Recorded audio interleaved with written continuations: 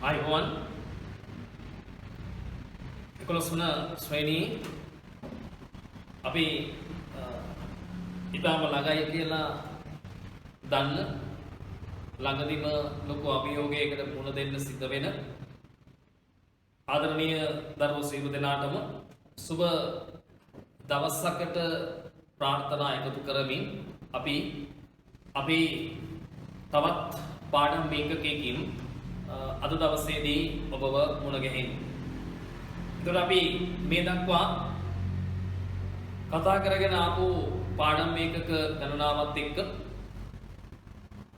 11 ශ්‍රේණියේ ඉගෙන ගන්න සාමාන්‍ය පෙළට සූදානම් වෙන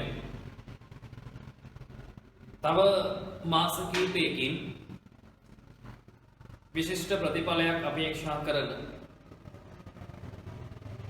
ජීවිතේ අධ්‍යාපනය කියන මේ ගමනේ ඊටම දිගු ගමනක් ආපු ආදරණීය දරුවෝ පිරිසක්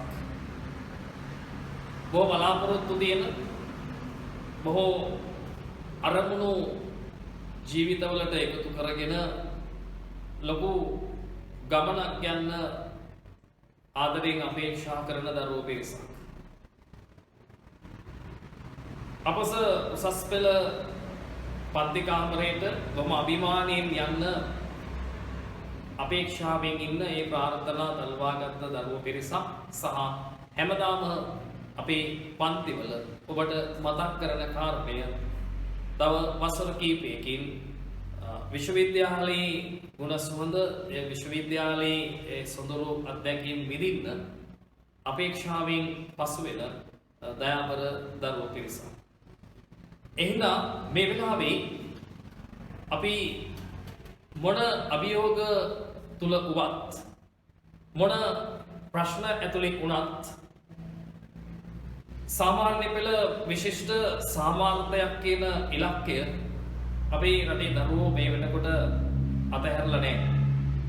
ඒ අරමුණ අපේ දරුවන්ගෙන් මේ වෙලාවේ ඉවත් කරන්නත් මං හිතන්නේ කාටවත් හැකියාවකුත් නැහැ. ඒ තරමටම මේ වෙලාවේ අපේ දරුවෝ ඒ වෙනුවෙන් කැප වෙලා ඉන්නේ.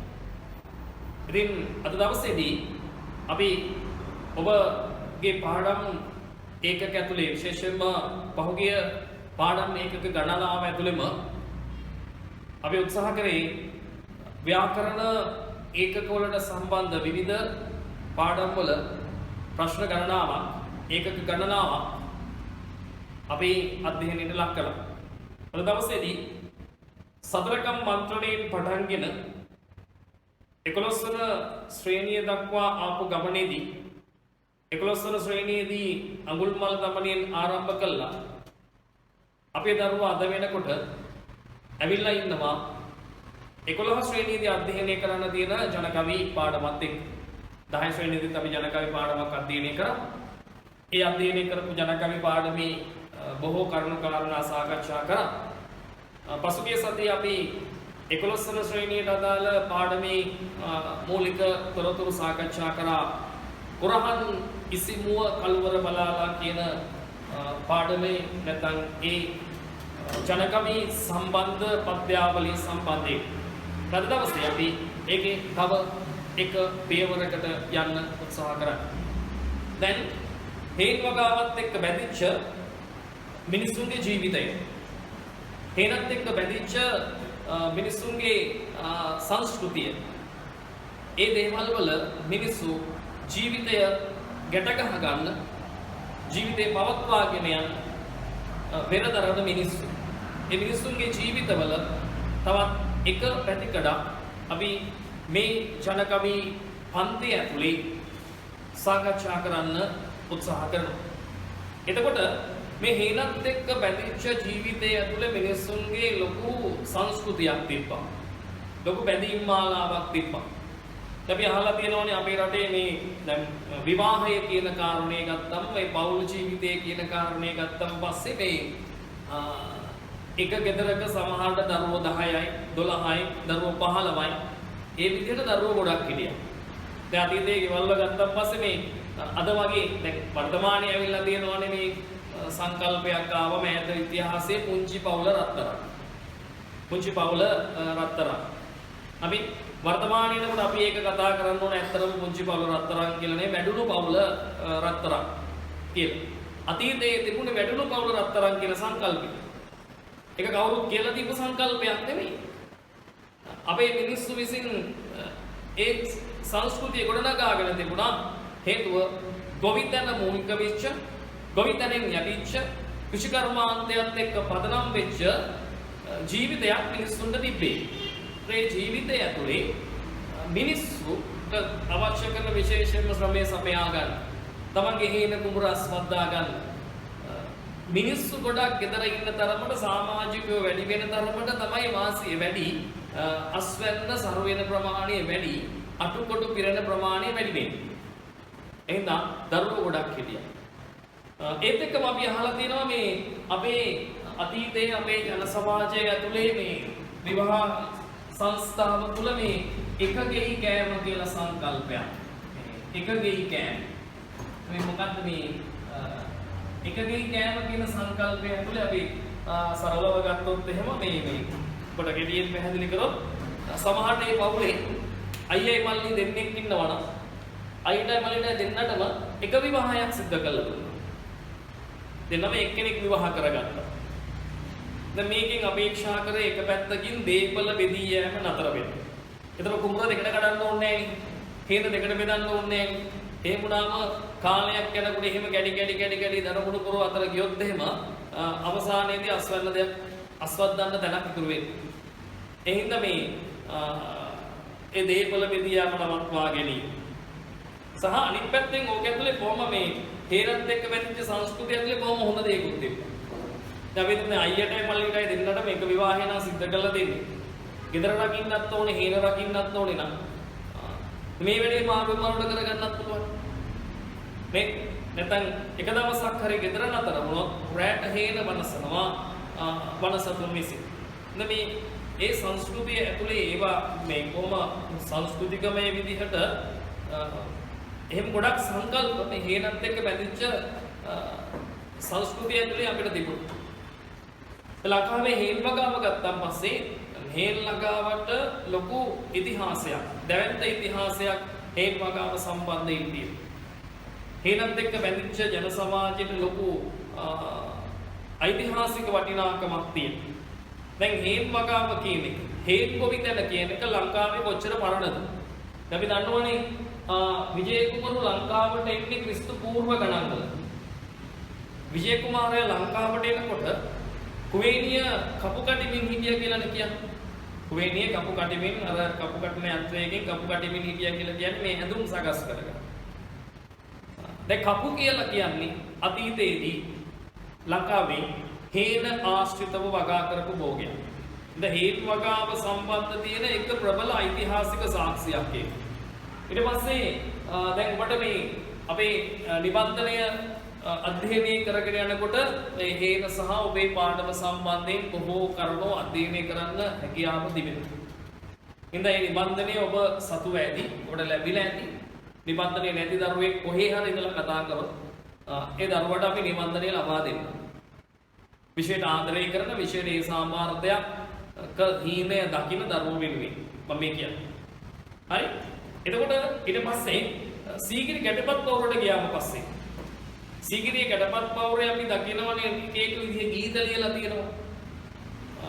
අපි දැන් ගොඩක් මතක සීගිරිය ගැටපත් පවුරේ ඉන්න අර සුරූපී කාන්තාවන්ගේ චිත්‍ර වුණාට ගැටපත් පවුරේ විවිධ කුරුටු ගීත ලියලා තියෙනවා. දැන් සීගිරිය ගැටපත් පවුරේ එක තැනක සඳහන් වෙනවා මේ අමඩ් කියන වචනේ. අමඩ්. දැන් අමඩ් කියලා සඳහන් කරලා තියෙන්නේ කැකිරි වලට. ඊට පස්සේ වැට්කෝල් කියන වචනේ වැට්කෝල් ඒ වැටකොළු සඳහන්. ඊට මේ කැකිරි වැටකොළු ඊට පස්සේ ලබු පිළිබඳව සඳහන් වෙනවා. ඊට සීගිරිය ඓතිහාසික වටිනාකමක් තියෙන ඊටාම පැරණි ශිෂ්ටාචාරයක් පිළිබඳවනේ සීගිරිය කතා කරන්නේ. එතකොට කැකරි ඊළඟට මේ වැටකොළු ඊළඟට ලබු මේ කැකිරි අමඩ් කියන වචනේ සඳහන් වුණේ කැකිලි සම්බන්ධයෙන් ඊට පස්සේ වැටකොළු ලබු මේ වගේ භෝග ගත්තම පස්සේ ඒ භෝග වගා කරුවේ අපේ මිනිස්සු හේන ආශ්‍රිතව. නේ හේන සම්බන්ධයෙන් අපිට හම් වෙන තව එක වැදගත් සාක්ෂියක්. ඊට පස්සේ නාරගල සෙල්ලිපිය ලංකාවේ බොහොම ප්‍රසිද්ධ ඓතිහාසික වටිනාකමක් තියෙන සෙල්ලිපියක්. මේ නාරගල සෙල්ලිපිය ක්‍රිස්තු වර්ෂ 304 වගේ කාල සමයක ක්‍රිස්තු වර්ෂ 304 වගේ ඈත කාල සමයකදී කිත්සිරි මේක කියන රජුරු කිත්සිරි මේක කියන රජුරුවන්ගේ සමයේදී මේ නාරගල සෙල්ලිපිය පිහිටුවා කියලා සඳහන් වෙන්නේ. මේ නාරගල සෙල්ලිපිය සඳහන් වෙනවා අතීතයේදී අපේ මිනිස්සු මේ මුං සහ උඳු වගා කරා කියන මුන් සහ උඳු වගා කරා කියන මුන් සහ උඳු කියලා කියන්නේ අතීතයේදී අපේ මිනිස්සු හේන ආශ්‍රිතව වගා කරපු භෝගයක්. දැන් එතනත් සාක්ෂියක් අපිට නැවත හම්බ වෙනවා. ලංකාවේ හේන් වගාව කියන එක ක්‍රිස්තු වර්ෂ 304 දක්වා ඈත ඉතිහාසයට දිවෙනවා කියන එකට ලිඛිත සාක්ෂියක් එතනත් අපිට හම්බ වෙනවා. ඊළඟ අපි තව එකක් ගන්නකො. දැන් අපේ ජන සමාජය ඇතුලේ තියෙනවානේ මේ මිනිස්සුන්ගේ විවිධ මේ උපහැරණ ප්‍රස්තාපිරණු රූඩි මේ වගේ දේවල් අපිට හම්බ වෙනවනේ. ඒක දැනගදී අපිට මේ හම්බ වෙනවා මේ අමු කැලෑන් ඉඳි තියන්න එපා. ගමේ මිනිස්සු කියනවනේ අමු කැලෑන් ඉඳි තියන්න එපා. දැන් අපි දන්නවනේ අමු කැලෑවන් කපලා ගෙනි දිබ්බේ හේන අස්වද්දා.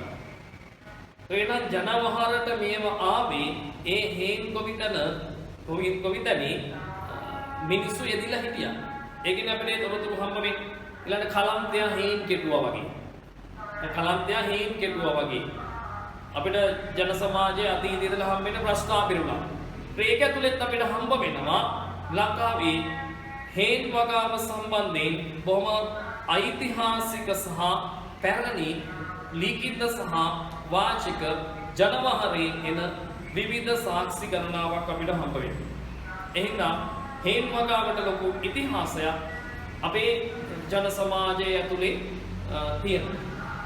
හේන් වගාව පිළිබඳ බොහොම ඓතිහාසික වටිනාකම් ගොඩක් ලංකාවේ ජන සමාජය ආශ්‍රිතව තියෙනවා. එහෙනම් අපි හේනත් එක්ක බැඳිච්ච සංස්කෘතිය, ඒ සංස්කෘතියත් එක්ක ගොඩ නැගිච්ච ජීවිත පිළිබඳව කතා කරගෙන යද්දී ඒ ජීවිතවල එක පෙත්තක් කියලා කිව්වොත් නිවැරදි.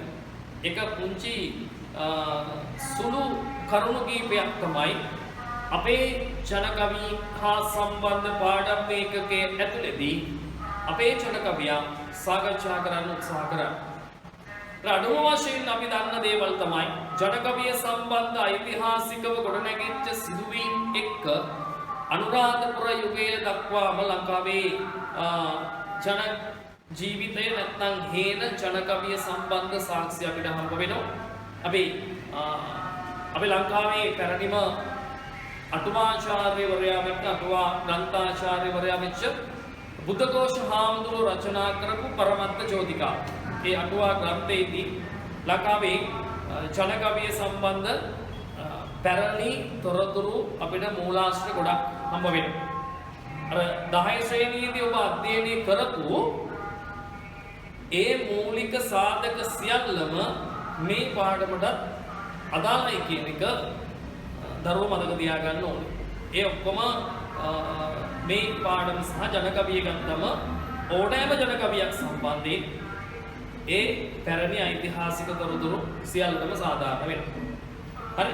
ඒකත් එක්ක අපි අද උත්සාහ කරනවා ඔය කියන පැරණි ඓතිහාසික සහ ඉතිහාසගත වෙච්ච තොරතුරුත් එක්ක කුරහන් නිසිමුව කල්වර බලාලා පද්‍ය පන්ති ප්‍රධාන වශයෙන්ම කුරක්කන් භෝගය පිළිබඳ කුරක්කන් වගාව පිළිබඳ හේන වගා කරපු කුරහන් පිළිබඳව ඒ හේන රැකගන්න ගොවියා කරන අරගලය පිළිබඳව තමයි මේ පාඩම ඇතුළේදී වර්ණනාවට ලක් වෙන්නේ නැත්නම් කතා බහට ලක් වෙන්නේ.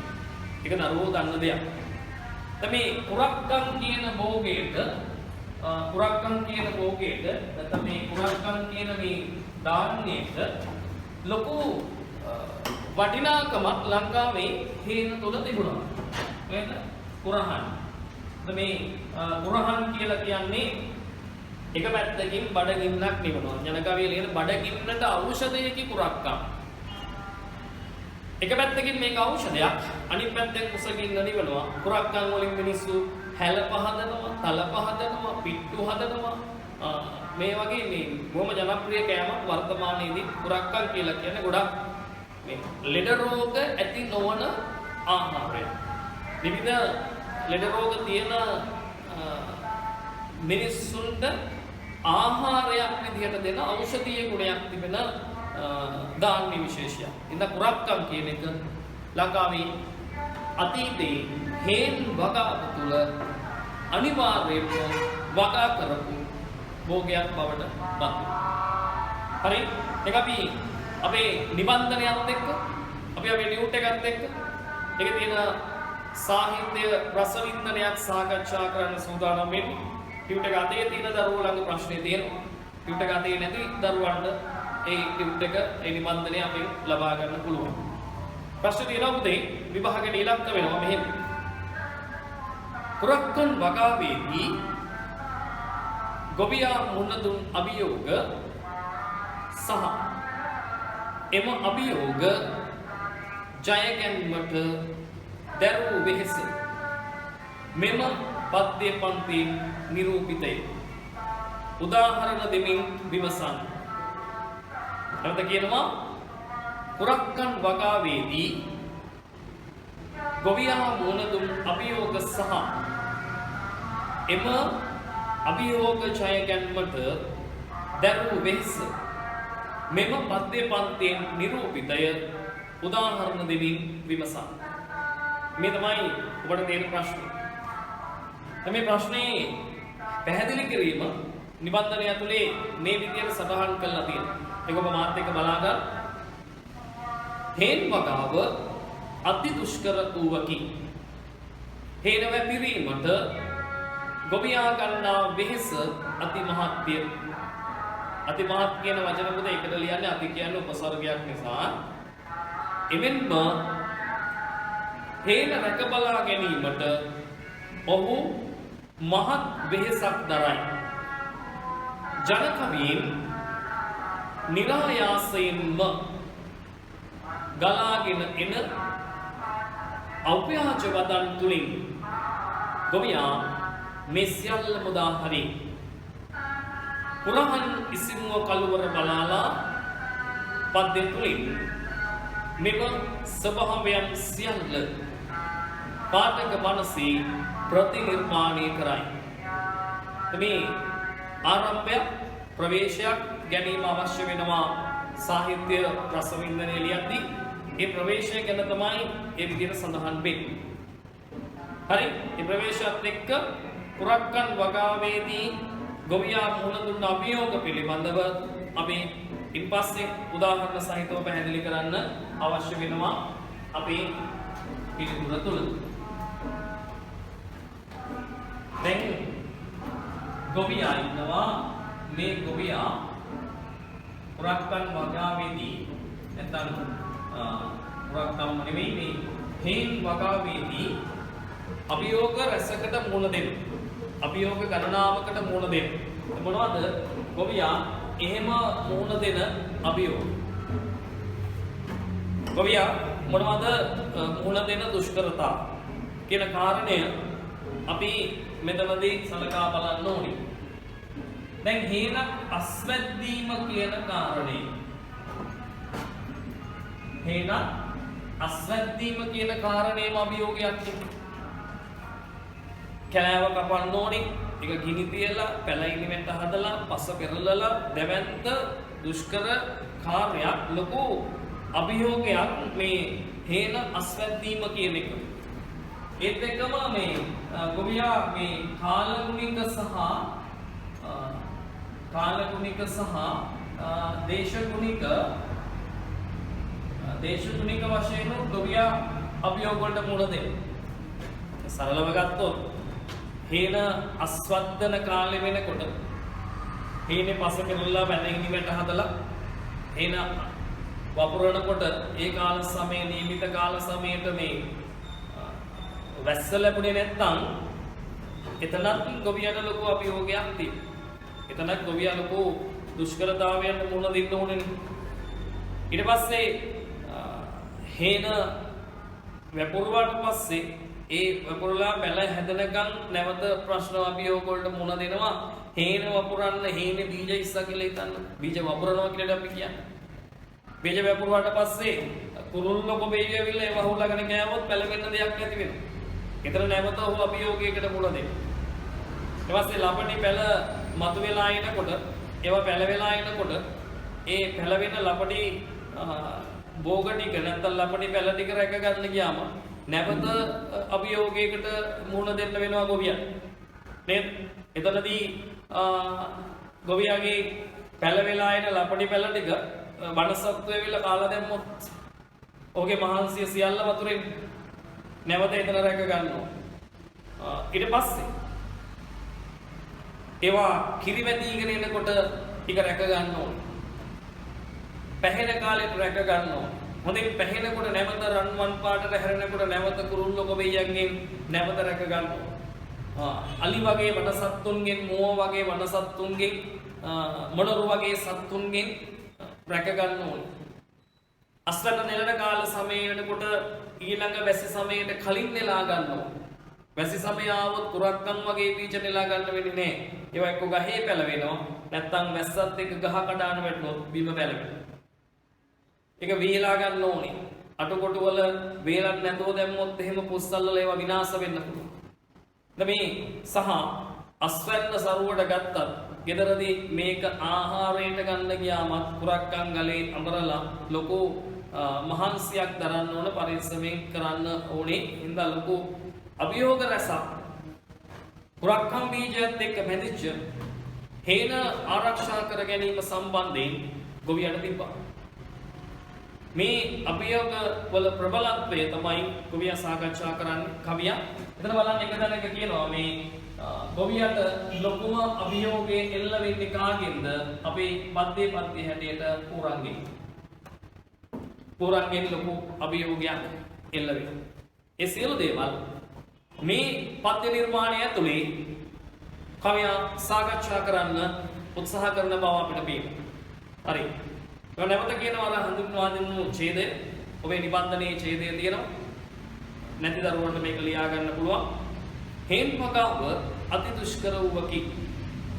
හේන වැපිරීමට ගොවියා ගන්නා වෙහෙස අති මහත්ය.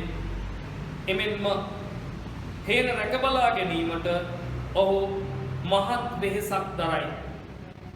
ජනකවියෙන් නිරායාසයෙන් ගලා එන අව්‍යාජ වදන් තුලින් ගොවියා මේ සියල්ල මුදා හරි කුරහන් ඉසිමුව කල්වර බලාලා පද්‍ය තුලින් මෙම ස්වභාවයන් සියල්ල මනාව පාඨක මනසේ ප්‍රතිනිර්මාණය කරයි. දැන් ඉතින් යටින් ඡේදය මෙහෙම ලියන්න. හේන්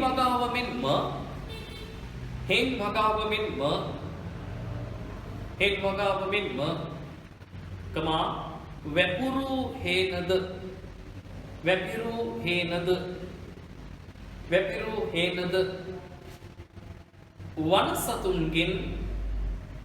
වනසතුන්ගෙන්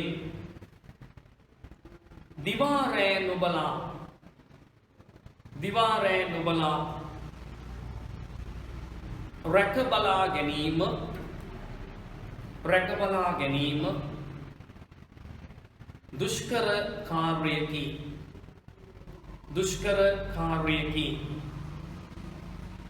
එම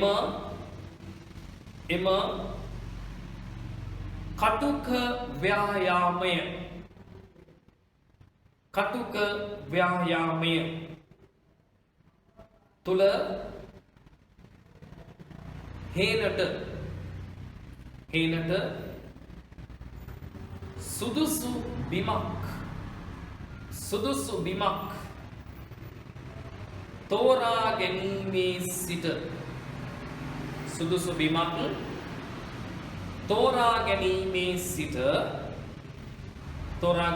සිට අස්වැන්න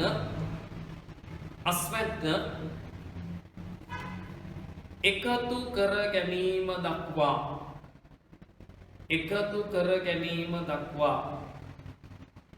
අස්වැන්න එකතු කර ගැනීම දක්වා වන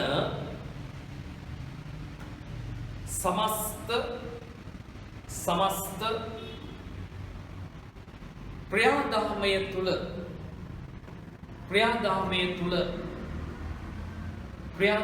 තුල ගොවියා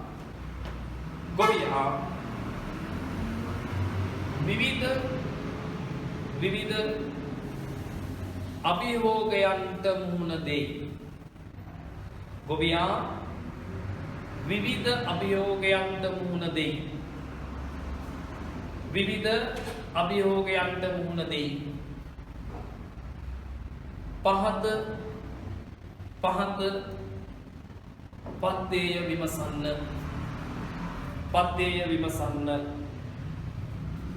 පහත පද්‍යය විමසන්න. හරි, අපි විවිධ අභියෝග වලට මුහුණ දෙනවා කියලා මෙතන සඳහන් කරනවා ගොවියා. හේන වගා කරන්න සුදුසු එකට ගැළපෙන ඒ භූමියක් තෝරා ගන්න එක අභියෝගයක්. මොකද ඒ පස සාරවත් වෙන්න ඕනි. ඒත් එක්කම පුළුවන් තරම් වනසතුන්ගෙන් ආරක්ෂා කරගන්න පුළුවන් සුරක්ෂිත ප්‍රදේශයක් වෙන්න ඕනි. හිරුවෙලිය හොඳට ලැබෙන්න ඕනි. හිරුවෙලිය අවශ්‍යයි. ගල් මුල් වලින් ගොඩක් ගැවසිච්චගත් නැති පරිසරයක් වෙන්න ඕනි. සහ මේ අනිත් ගොවියෝ වගා කරන්න තෝරාගත්තේ නැති ආරවුල් ප්‍රශ්න නිර්මාණය කරගන්න බෑනේ. සහ යම් දිවිච්ච සමාජමය නීති රීති ඒ දේවල් වලින් තොර වෙන්නත් ඕනේ. එන්න ගොඩක් ලොකු අභියෝගයක් ආරම්භයේ ඉඳලම ගොවියට තියෙනවා. දැන් කොහොමද ජනකවිය මේක වර්ණනා කරන්නේ? දැන් යටින් උදාහරණ කරන්න ඕන කවිය. පහත පද්‍ය විමසන්න කිව්වනේ. දැන් මොකද්ද? මෙන්න මේ පද්‍ය අපි සඳහන් කරගන්න ඕන. අපේ නිබන්ධනය අතේ තියෙන දරුවෝ ළඟ ඒ කවිය නිබන්ධනය තුල තියෙනවා. මොකද කවිය දුරුතු මහේදී කැලයට වැදීලා මසක් පමණ කල් කැලවල් කපාලා මැදින් දිනේදී වල්ගිනි තබාලා පුරහන් ඉසිමුව කලවර බලාලා.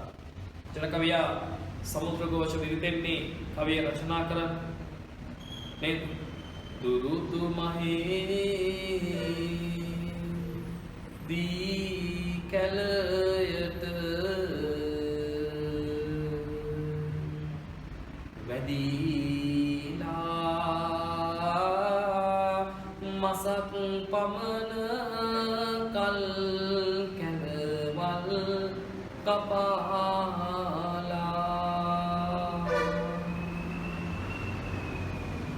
මැදින් දිනේ දීවල් ගිනි තපාලා පුරහන් ඉසිමුව කලුවර බලාලා. එතකොට මෙතන මේ හරි ලස්සන යෙදුමක්. කොහොම ලස්සන අපි මට කියන මේ කවියට ඉතා සුන්දර යෙදුමක් කියනවා. අපි කියනවා අපූර්ව මේ කාව්‍යෝක්තීන් කියලා. කවිය බොහොම ලස්සන කාව්‍යෝක්තියක් යොදනවානේ. පුරහන් ඉසිමුල කලුවර බලාලා. පුරහන් ඉසිමුව කලුවර බලාලා. ඒ කියන්නේ මේ කලුවර බලනවා කියන්නේ වැසි සමය බලාගෙන. දැන් එතන වැස්ස බලාලා කිව්වම ලස්සන නෑ.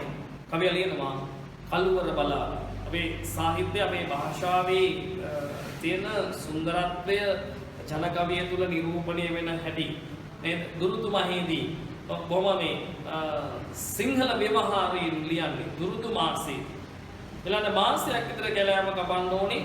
මැදින් දිනේදී කියන්නේ මාර්තු කාල සමය වගේ වෙනකොට තමයි වල්ගිනි කියන්නේ මාස 3ක විතර අරගලයක් කරනවා ගොවියා හේන අස්වද්දා ගැනීම සඳහා.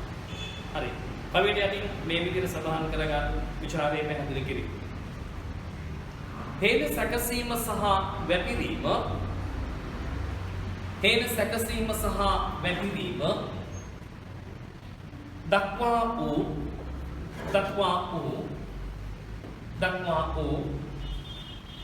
ක්‍රියාදාමයන් සියල්ල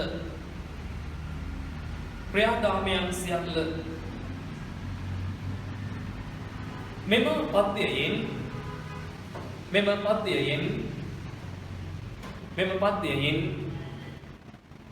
සංක්ෂිප්තව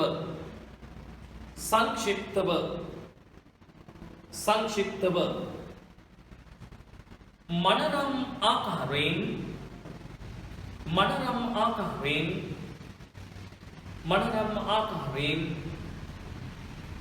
පෙළ ගස්වා ඇත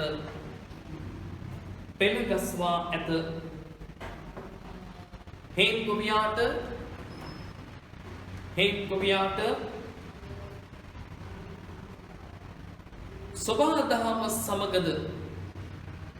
සොබාදහම සමගද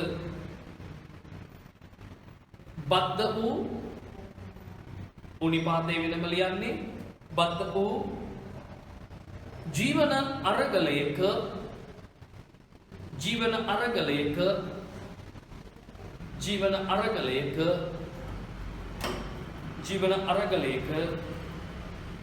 යෙදීමට සිදුවේ.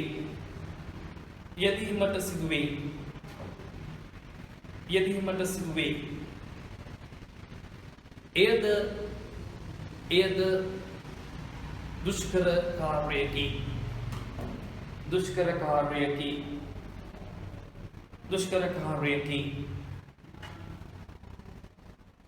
ගොවියා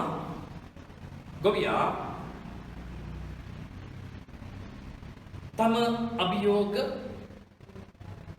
අභියෝග සහ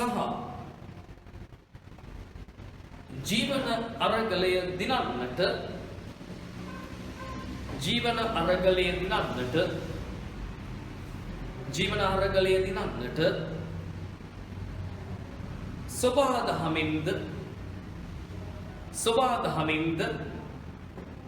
සොබාදහමින්ද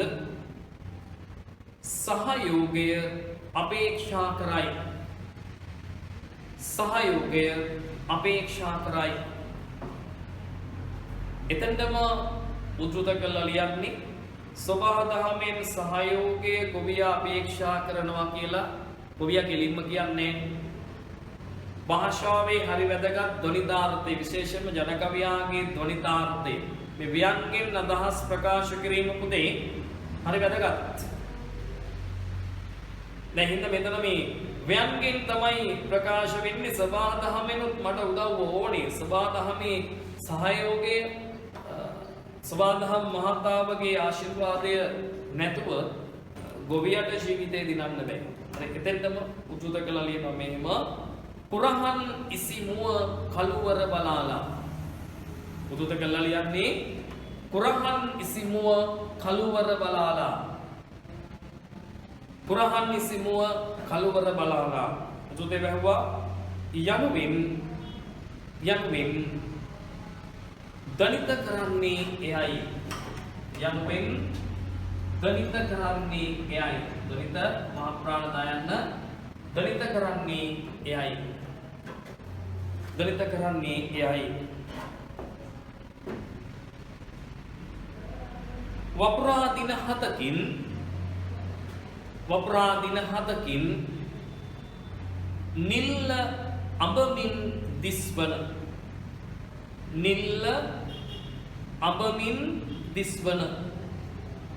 නිල්ල අඹමින් දිස්වන කුරක්කන් වගාව සහ ඉන් අනතුරුව දිගින් දිගටම එල්ලවන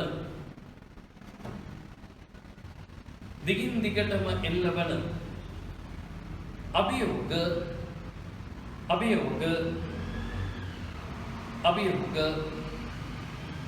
සංකේතානුසාරයෙන්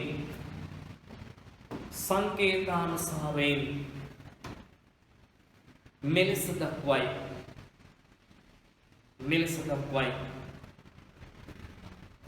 නැවත අපි අර කිව්වේ ජනකවියාගේ ගණිතාර්ථය මේ කාව්‍යෝක්තීන් ගැලපීම භාෂාවේ සොඳුරු වචන උපයුක්ත කර ගැනීම ජනකවියේ අපි දකිමු. මෙතන කියනවා මේ දින 7කින් නිල්ල අඹනවා කියලා. නිල්ල අර ලස්සන යෙදුමක්නේ.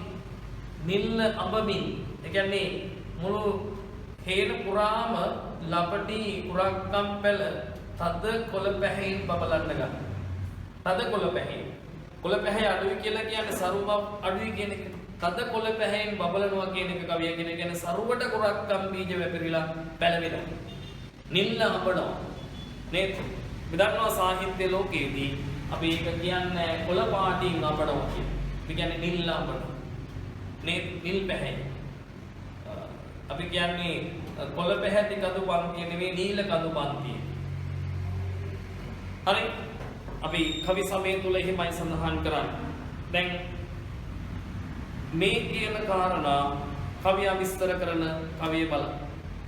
නිබන්ධනයේ තුල නම් කවිය තියෙනවා. අනිත් දරුවෝ කොහොමද මොකක්ද කවි? යන කවිය මෙහෙම ලියනවා.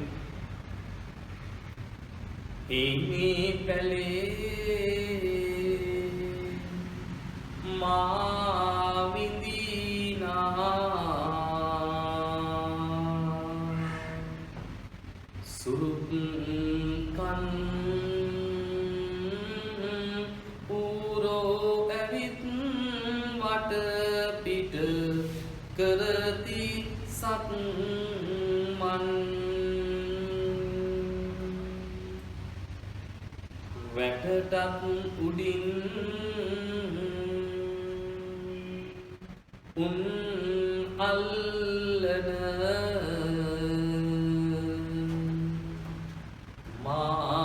මාලක්කන් අපොයි මගේ කිරි වදිනා කුරක්කන්. දැන් කවියා බලන්න අර කියපු වචන ඇතුලේ අපි දකිනවා ජනකවියේ බොහොම ලස්සන අපිට අපේ පරම්පරාව තුළ අපි දන්නා ඉතිහාසය තුළ අපේ හාතු නැති පැරණි ගැමි සිංහල වචනයක් ගෙනවා සුරුක්කම්. පස්සේ කවිය බොහොම ලස්සන යෙදුමක් කියනවා අර ඌරා කියන සතාගත්තම පරිසරයේ සුන්දරත්වය පිළිබඳ වර්ණනා කළ හැකි සතෙක් නෙමෙයි. ඒක සුන්දර නෑනේ ඌරාගේ හැසිරීම සහ ඌරාගේ පෙරම ගත්තා. ඒ කවියා ඒක කවි සමය තුල විඳින්න සලස්වනවා. රසය විඳින්න සලස්වනවා. කවියා කියන්නේ මාලක්කම්. මාලක්කම අල්ලනවා කියන එක හරි ලස්සන වචනයක්. මේ මාලක්කම් කියන මේ වගේ වචන ගණනාවකුත් එක්ක කවියා ගොඩනගනවා. දැන් මේක ඇතුලේ මොනවද ගොවියා මුණ දෙන අභියෝග පිළිබඳව ජනකවියා පැහැදිලි කරන්නේ මොනවද? හේනේ පැලේ මා විඳිනා සුරුක්කම්. මං හේනේ පැලේ ඉඳන් සැප විඳින්නේ පුදුම විදිය දුකක් සුරුක්කම්. මේක සුරක්ෂිත කරගන්න, ආරක්ෂා කරගන්න ගන්න වෙහෙස. මං හේන රකින්න ලොකු අරගලයක් කරනවා. ඌරුව ඇවිත් වටපිට කරති සක්මන්. එමින් මෙමින් ඔබම සැරිසරන ඌරා හේනට පණින්න හෙට මෙහෙට ඔබම සැරිසරන දර්ශනය පිළිබඳ චිත්ත රූපේ පවන. වැඩටත් උඩින් උන් අල්ලන මාලක්කම්. ඌරාගෙන් එල්ලවන අභියෝගයේ කොච්චර ප්‍රබලද කියන එක ද්වනිත කරන තැන, ව්‍යංගයෙන් ප්‍රකාශ කරන තැන වැඩටත් උඩින් උන් අල්ලන මාලක්කම්. හේනේ ආරක්ෂාවට ගොවියා පැලෙන්නීමට ශක්තිමත් ඉදි කරනවා. වැටට උඩින් පැනලා එනවා. අපේ ඉතිහාසය තුල අපි එහෙම හේනට ආපු සත්තුන්ගෙන් අලි වගේ සත්තු ගත්තම අපි අහලා දෙනවා මේ වැට කඩාගෙන ඉනවා. උන් වැට කොටුන් කඩාගෙන බිඳගෙන එන්න පුළුවන්. ඒ කාලේ අලි වැට ගහලා තිබුණේ නැහැ. එහෙම එන්න පුළුවන්. ඊට අමතරව අපි අපේ පැරණි නැලවිලි ගීතවල ළමා ගීතවල ජනකවිවල අපි අහලා තියෙනවා මේ වැටට උඩින් පැන්නේ වැටට දැකමගේ පඹයා බියවි වෙබුලා වැටට උඩින් නෝ පැනලා දිව්වා. අපි මෙතන අහනවා මේ ඌරා කියන්නේ ඒ වගේ කරදර කරන ඒ කියන්නේ ඒ වගේ වැටට උඩින් පල්ලෙන්න පුළුවන් සතු. වැටට උඩින් උන් අල්ලන මාලක්කා. ඒ පදයේ ඇතුලේ කවියා ද්වනිත කරන්න උත්සාහ කරනවා. ව්‍යංගයෙන් ප්‍රකාශ කරන්න උත්සාහ කරනවා. ඌරන්ගෙන් හේනට එල්ලවන අභියෝගය ඉතා බරපතල බව. උන් ඇවිල්ලා හේනට ඇතුල් වෙන්න පුළුවම යන්නෙත් නෑ. වටේ සක්මන් කරනවා. කොහොම හරි හේනට පණින්න එක තමයි ඔය කියලා. ඉඳන් අතිශය කරදරකාරී කියන. අපෝයි මගේ කිරි වදිනා කුරක්. අර කිරි වැදෙන කාලෙට මදේ හට ගන්න කාලෙට සරු බල හට ගන්න කාලෙට හේන රැක ගන්න බැරි වුණොත් ගහ කොච්චර සරුවට හැදුනා ඒ ගහේ කරල කොච්චර හොඳට වේලුණා කිරි වදින කාලෙට රැක ගන්න බැරි වුණොත් ගොවියට නෙලන්න වෙන්නේ පොල් වෙච්ච බීජ. මේ කිරි වදින කාල සමයේ තුලදී හේන රැක ගැනීම අත්‍යවශ්‍යයි. දරුවෙක් බලනවා අපොයි මගේ කිරි වදිනා කුරක්කා හේන රැකගන්න ගොවියා අනවරත අරගරයක යෙදිලා ඒකින් දැඩි ලෙස පීඩාවට පත් වෙලා ඉන්න බව ධ්වනිත කරනවා. අපොයි මගේ කිරි වදිනා කුරක්කන් අතිශය වෙහෙසකාරී බව සහ ඔහු දැඩි ලෙස පීඩාවට පත් වෙලා ඉන්න බව එතනින් ධ්වනිත කරනවා ජනකවියා විසින්. හරි. ඒ කවියත් එක්ක අපි මෙහෙම සටහනක් දාගමු. කුරක්කන් ආහාරයට ගැනීමට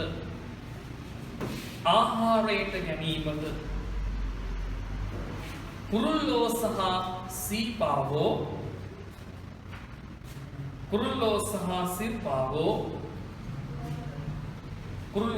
සීපාවෝ ආදීන් මෙන්ම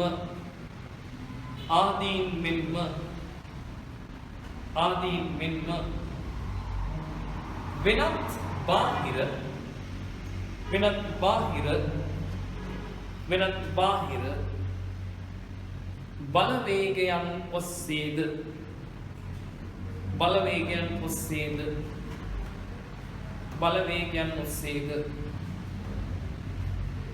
විවිධ දෙනා පැමිණෙන බව කවියා පවසයි.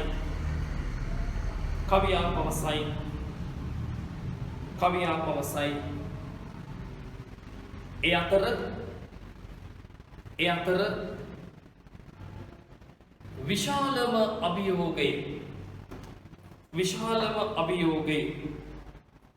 විශාලම අභියෝගය එල්ලවන්නේ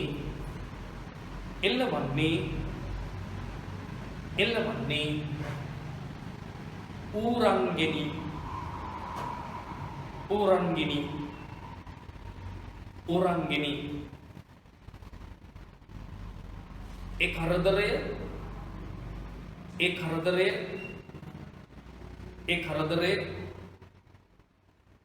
බරපතල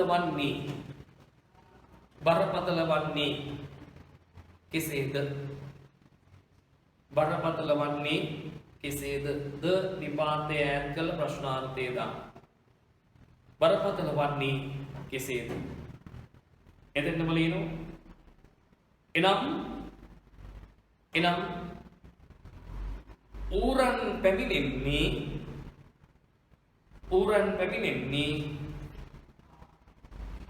තනිව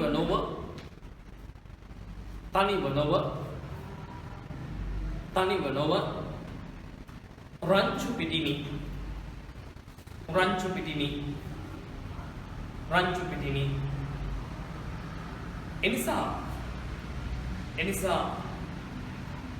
එනිසා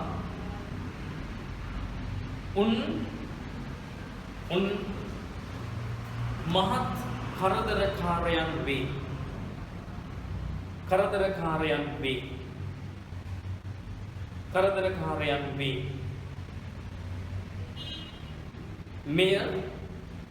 මෙය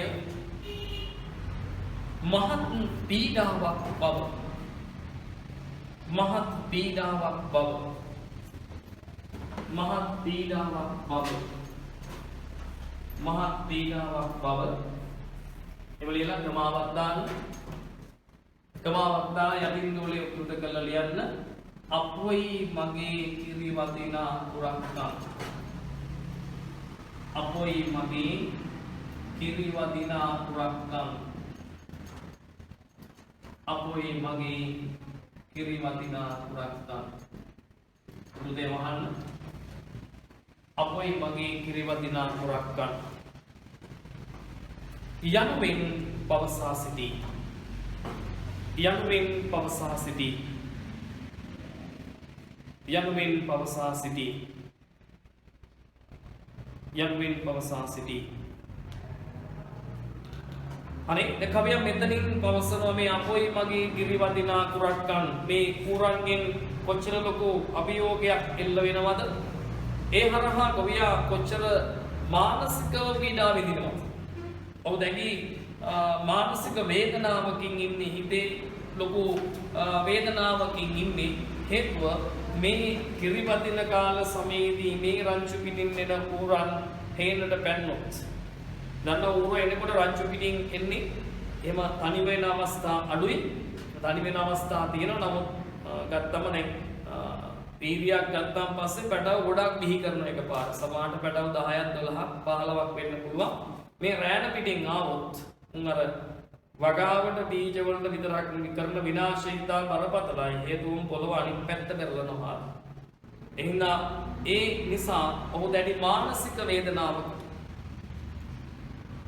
දැඩි මානසික අරගලයක නිරත වෙන බව කවියා ඒ විදිහට ප්‍රකාශ කරන බව පොතේ ඔබට පැහැදිලි වෙන්න ඕනේ රයිට් එතන මේ යටින් ටියුට් එකේ ඔබේ තියෙන ඉඩ පාවිච්චි කරලා මේම ලියන්න ගොවියාගේ අසරණ බව ගොවියාගේ අසරණ බව ගොවියාගේ අසරණ බව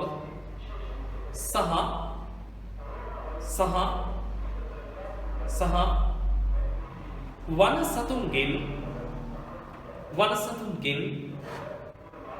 හේන රැකගන්නට මහත් වෙහෙසක් දරන්නට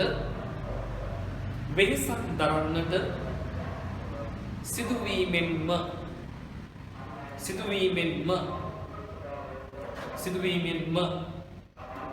අතිශය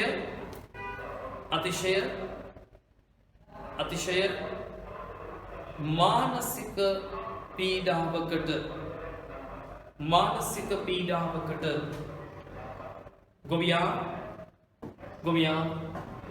පත්ව සිටී ඔහුට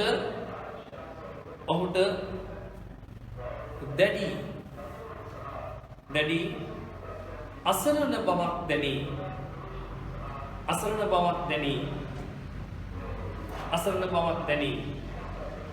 එම අසරණ බව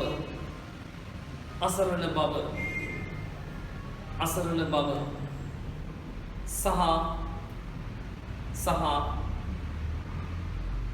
වේදනාකාරී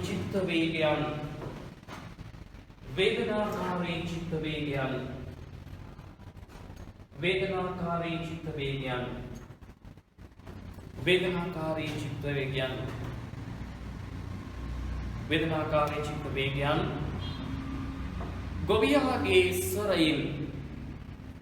ගොවියාගේ ස්වරයෙන් කවියා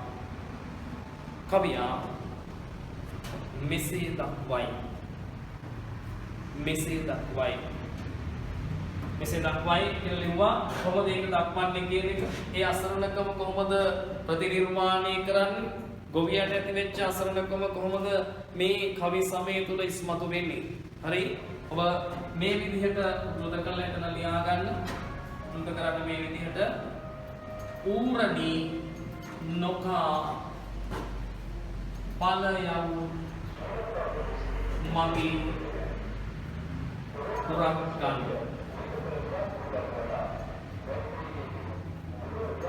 ඌරණි නොකා ඵලයන් වගේ කුරක් ගන්න. ඌරණි නොකා ඵලයන් වගේ කුරක් ගන්න. මේ විදිහට ඔබ ඒක උජුත කරගන්න. ඒ ගොවියක් මුණ දෙන අසරණකම ඔහු මේ හරහා විඳින වේදනාව පීඩාව අවසානයේදී හේන රැක ගන්න ලොකු අරගලයක යෙදිලා වෙහෙස මහන්සි වෙලා රැදවල් නිදි මරලා වනසතුත් එක්ක අරගල කරලා මේ හේන රැක ගන්න දැවැත්ත උත්සාහයෙන් යෙදුණාන් පස්සේ ගොවියාට වෙන කර කියා ගන්න දෙයක් නැතුණාන් පස්සේ වෙන කරන්න දෙයක් නැති බව ඔහු දැනී ලෙස වේදනාවටපත් වෙලා ඉන්න නිසා දැන් අසරණයි. උඩ දැන් වෙන විකල්ප නැහැ. නිසා ඔහු දක්වන්නේ ඌරණි නොකා ඵලයන් වගේ කුරක් ගන්න. ඒ අසරණ භාවයේ තමයි එතනින් ඔහු පිළිබිඹු කරන්නේ. හරි නිසා අපිට පැහැදිලි වෙනවා හේන රැක ගන්න, වඩසතුන්ගෙන් හේන ආරක්ෂා කරගන්න, ඌරන්ගෙන් හේන රැක ගන්න මේ අති දුෂ්කර ව්‍යායාමයක ජනකවියා නිරත වෙච්ච බව. හරි. දැන් යටින් මෙහෙම ලියන්න.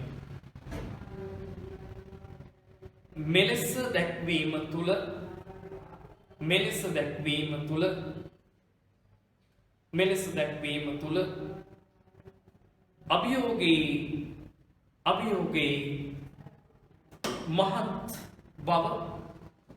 අභියෝගේ මහත් බව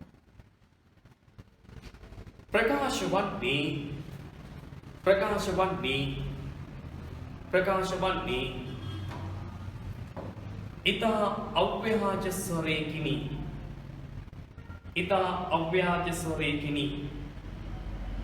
ඉතා අව්‍යාජ ස්වරයකිනි එමෙන්ම මණිපාතය ඇත්වෙනවා අවධානාර්ථය එමෙන්ම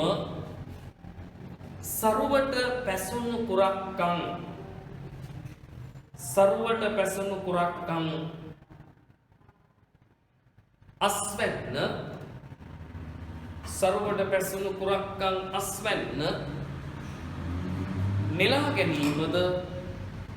නෙලා ගැනීමද ගොවියාට අභියෝගයකි.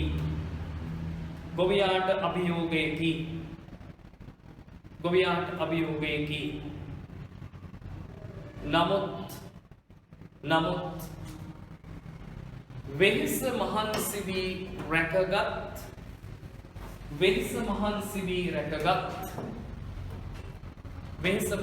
වී රැකගත් අස්වැන්න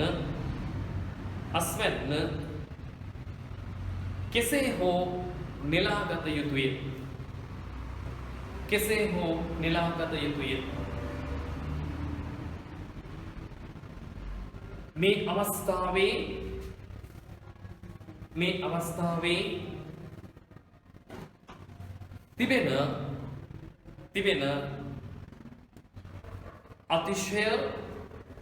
අතිශය මහත් අභියෝගය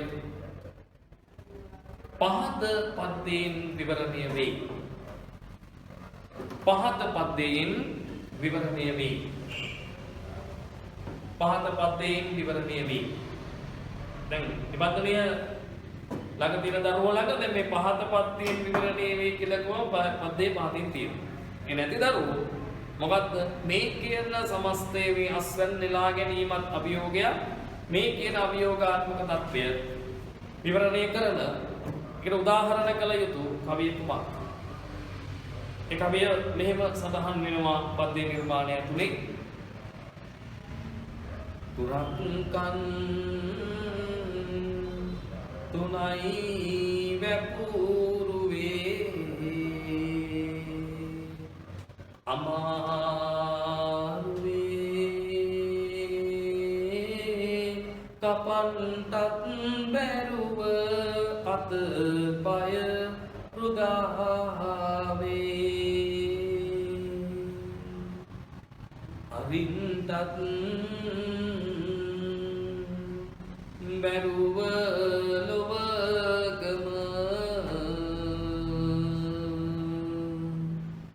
සිනාවේ කපමු නෑනෝ ඉපනැල්ලේ සුභාවේ. කවියා මෙතන කියනවානේ කුරක්කන් 3යි වැපුරුවේ අමාරුවේ. මේ කුරක්කන් 3ක් කියලා කියන්නේ මේ බීජ 3ක් නැත්නම් කුරක්කන් 63ක් වැපුරුවා කියන එක නෙමෙයි. මේ කුරක්කන් කියන්නේ පුංචි බීජයක් මැනලානේ ගන්නෙ. ඒක බුසල් නෙමෙයි. සමහරට මේක අපි දැකලා තියෙනවා මේ මනින්න ගන්නවා, බුසල ගන්නවා, ලාහ ගන්නවා, කුරුණිය කියලා එකක් ගන්නවා, හුණ්ඩුවක් ගන්නවා. එතකොට මේ කුරක්කන් බීජ ගොඩක් හම්බ වෙනවා. කුරක්කන් හුණ්ඩු 3ක් නැත්නම් සේරු 3ක් කියන අදහස තමයි තියෙන්නේ. හරි කුරක්කන් සේරු 3ක් වගේ කියන අදහස. සේරුවෙන් තමයි මෙල්ලා ගත්තේ. මේ ඒ වගේ සේරු 3ක් වැපුරුවේ කපන්නත් බැරුව අතපය රුදාවේ. අතපය හරි රුදාව දෙනවා. ඒ තරමට කවියා ව්‍යංගෙන් පවසනවා අස්වැන්න සරුවි ඇති බව. මේ කපන්නත් බැරුව අතපය රුදාවේ. අරින්නත් බැරුව ලොවකම සිනා. ඊතර ලොකු සතුටක් දැනෙනවා. Taman වෙහෙස මහන්සියෙන් රැකගත්ත අස්වැන්න සරු වෙලා තියෙනවා දකින්න. හරියට අර පුංචි කාලේ ඉඳලා දරුවෙක් කවලා පොවලා පෝෂණය කරලා අධ්‍යාපනය ලබා දීලා දරුවෙක් රැකගත්තම ඒ දරුවාගේ නිසි ඵල ලැබෙන බව නැත්නම් ඔහු යහපත් නිසි ප්‍රයෝජන ගන්න ඉහළට යන වාසනාවන්ත දරුවෙක් වෙනවා කියලා දැනුණාම පස්සේ ඒක පේන්න ගන්නකොට අම්මට තාත්තට ඇති වෙන සතුට මොන වගේ? අන්න ඒ වගේ සතුටක් තමයි මෙතන ගොවියට ඇති වෙන්නේ. මොකද මේ දරුවෙක් රැක බලා ගන්නවා වගේ දුෂ්කර කාර්යයක්. එතන මේක ඔහුට සතුට හිතෙන වෙලාවක්. කපමු නෑනෝ ඉපනැල්ලේ සුභාවේ. දැනට කියනවා ඉපනැල්ලේ පහගමින් මේ කුරක්කන් නෙලන්න එන්න කියලා.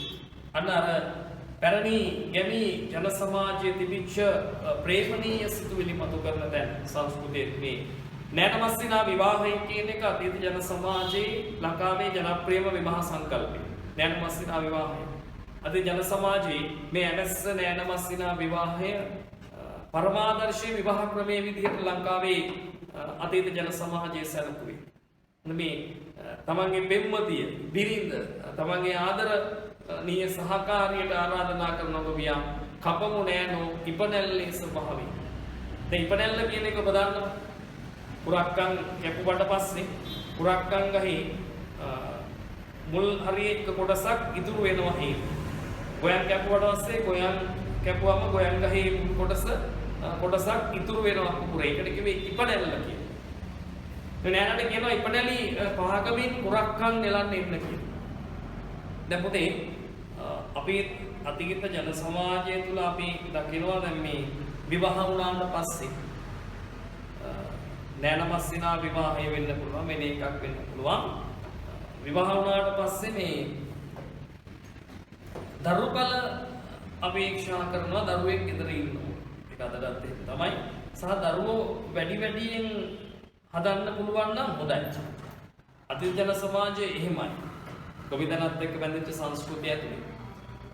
දැන් මේ අපේ ජන සමාජයේ අපි අහලා තියෙනවා දැන් මේ ගොයක් කැපුවට පස්සේ එහෙම නැත්නම් මේ හීනි කුරක්කන්ගෙම කැපුවාට මේක වඩා ප්‍රසිද්ධ කුඹුරේ ගොයක්කන් කැපුවාට පස්සේ මේ ගෙදර ඉන්නවා නම් තරුණ ගෑනු ළමයි මේ ළමිස්සියක් ගෙදර ඉන්නවා නම් විවාහ වෙන්න වයසේ ගෑනු ළමයෙක් ගෙදර ඉන්නවා නම් මේ කුඹුරේ එහෙම නැත්නම් හීනි මේ ගොයන් කැපුවාට පස්සේ කුරක්කන් කැපුවාට පස්සේ මේ අම්මලා අර ළමිස්සිව එකතු කරගෙන ගිහිල්ලා අර ඉපනැල්ල පාගවනවා. ඉපනැල්ල පාගනවා. අද වගේ සපත්තු සරප්පු දාලා නැහැ. මිනිස්සු කොහොම පය තියලා නැමින්නේ. ඒ ගිහිල්ලා ඉපනැල්ල පාගවනවා. මොකද මිනිස්සු විශ්වාස කරා සාම්ප්‍රදායික සමාජයේ විශ්වාසයක් තිබ්බා මේ එහෙම තරුණ වයසේ විවාහ වෙන වයසේ ගෑනු ළමයින්ට වැඩි වියටපත් වෙච්ච ගෑනු ළමයින්ට මේ ඉපනැල්ල පාගවුවාන් පස්සේ දරුපල හොඳට ලැබෙනවා කියලා. දරුපල වැඩියෙන් ලැබෙනවා. ඒතර ඒ සාම්ප්‍රදායික විශ්වාසය පිළිබඳ ඉඟියකුත් මෙතන දෙනවා. සහ මේ මස්සිනාගේ පැත්තෙන් යනටත් පොඩි ඉඟියක් එනවා. ඉපනැලි පාගමින් කුරක්කන් නෙලන්න කුරක්කන් කපන්න එන්න කියලා. දැන් මෙතන අපිට පේනවා කුරක්කන් නෙලා ගැනීම ගොවියට අභියෝගය. හරි. කමිටියට මෙහෙම ලියමු. මීට අමතරව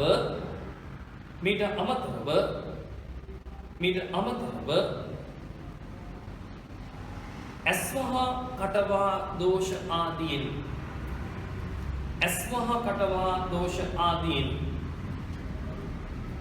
කටවා දෝෂ ආදීන් හේන රැක ගැනීම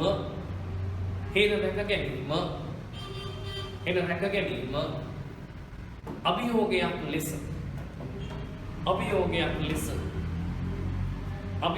ලෙස සාම්ප්‍රදායික ගැමියා සිතූහ. සාම්ප්‍රදායික ගැමියෝ සිතූහ.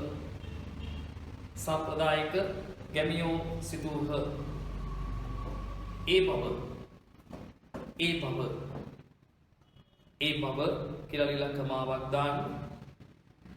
දාලා යටින් නූලේ උද්දෘත කරන්න පුතේ මෙන්න මෙහෙම.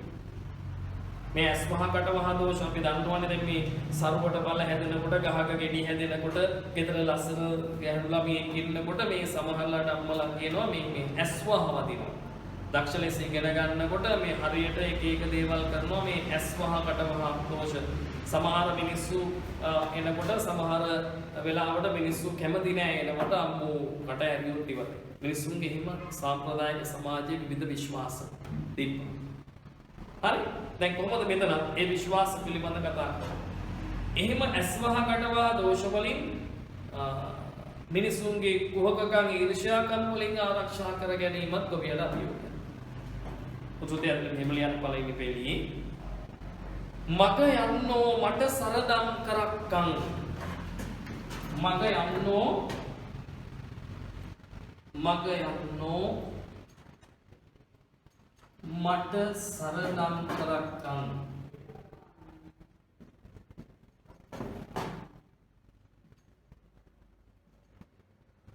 යන්නෝ මට සරදම් කරක්කං මග යන්නෝ මට සරදම් කරක්කං හරි උතුත ඇතුලේ ලියන්න උතුතේ වහන්න මේක ලියලා ඊට පස්සේ ඉරියටින් උනේ නැමෙත උතුත කළා මෙහෙම ලියන්න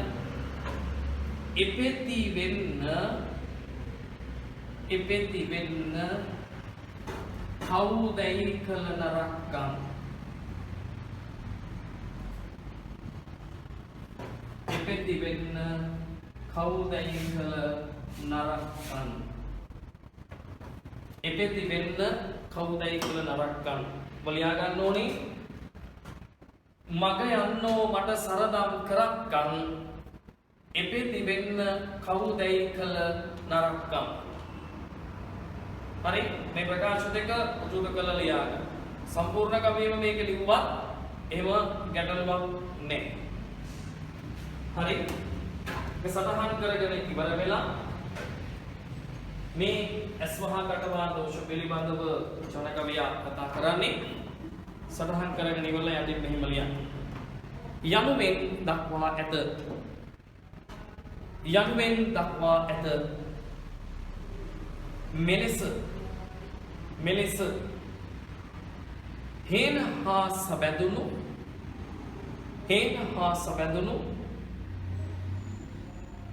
සමස්ත ක්‍රියාදාමය සමස්ත ලියන්නේ පුතේ සමහර දරුවෝ මහ ප්‍රාණ ලියනවා අපි එහෙම ලියන්නේ නෑ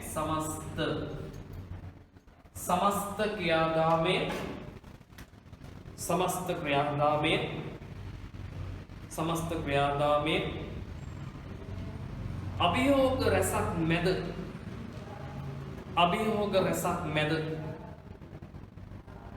රැසක් මැද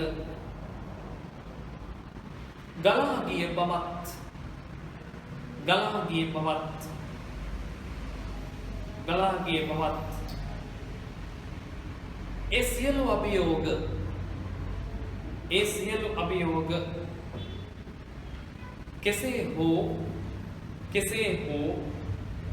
කෙසේ හෝ ජය ගැනීමට වෙහිසුණු ආකාරයෙන් ආකාරයත් වෙහසුණු ආකාරයත් වෙහසුණු ආකාරයත්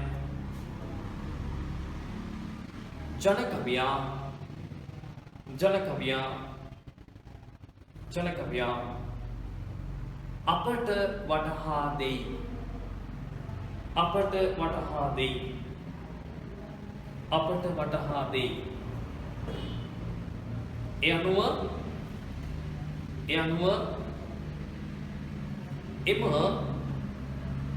එම අභියෝග පිළිබඳව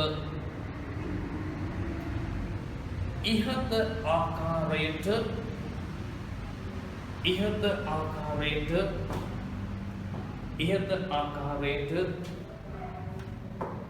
විවරණයක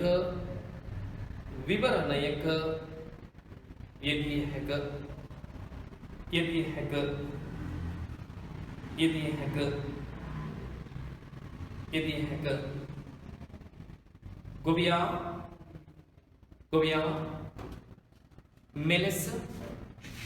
මෙලෙස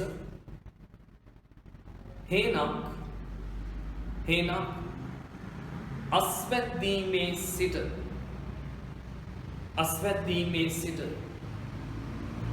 අස්වැද්දීමේ සිට කමා එය රැක බලා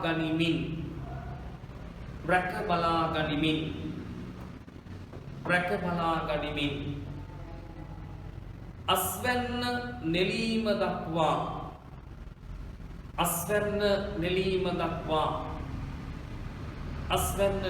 දක්වා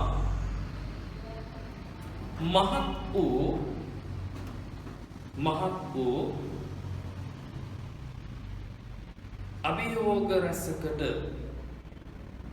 අභියෝග රැසකට මුහුණ දෙන අයුරු අපට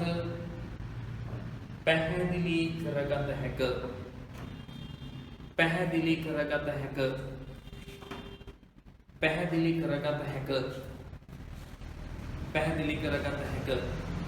නමුත් ඔන්න ඔය විදිහට අපිට පුළුවන් උදාහරණ කරමින් ජනකවියට අනුව කුරක්කන් හේනක් රැකගන්න ගොවියා කරපු දැවැත්ත අරගලය සහ ඔහු මුහුණ දුන්නු අභියෝග පිළිබඳව වර්ණනාව කරන්න.